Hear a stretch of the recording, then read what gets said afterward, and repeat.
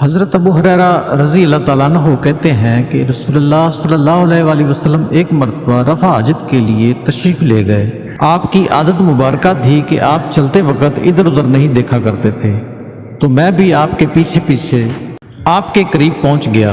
مجھے دیکھ کر آپ نے فرمایا مجھے پتھر ڈھونڈ دو تاکہ میں ان سے پاکی حاصل کروں، یا اسی جیسا کوئی لفظ فرمایا، اور فرمایا کہ ہڈی اور گوبر نہ لانا۔ چنانچہ میں اپنے دامن میں پتھر بھر کر آپ کے پاس لے گیا اور آپ کے پہلو میں رکھ دیے اور آپ کے پاس سے ہٹ گیا۔ جب آپ قضائے حاجت سے فارغ ہوئے تو آپ نے پتھروں سے استنجا کیا۔